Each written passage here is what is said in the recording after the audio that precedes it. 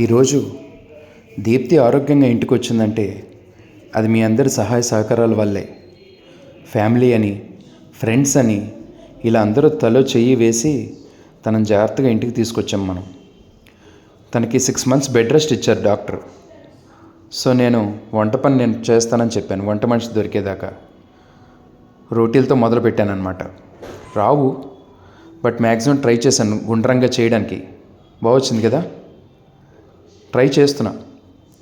తను చేసుకోలేదు కదా, చేతి నిండా కెన్యూలాలు పొడి చేశారు, రకరకాల ఇంజెక్షన్లు చేశారు, చేతులన్నీ కొంకర్లు తిరిగిపోయి. అందుకే నేనే గరిట అందుకున్నాను అనమాట.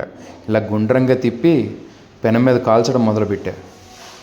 హార్ట్ ప్రాబ్లం వస్తుందని నేను అనుకోలేదు, కానీ చాలా ఇబ్బంది పడింది. వచ్చినప్పుడు మాత్రం హింస పడిపోయింది.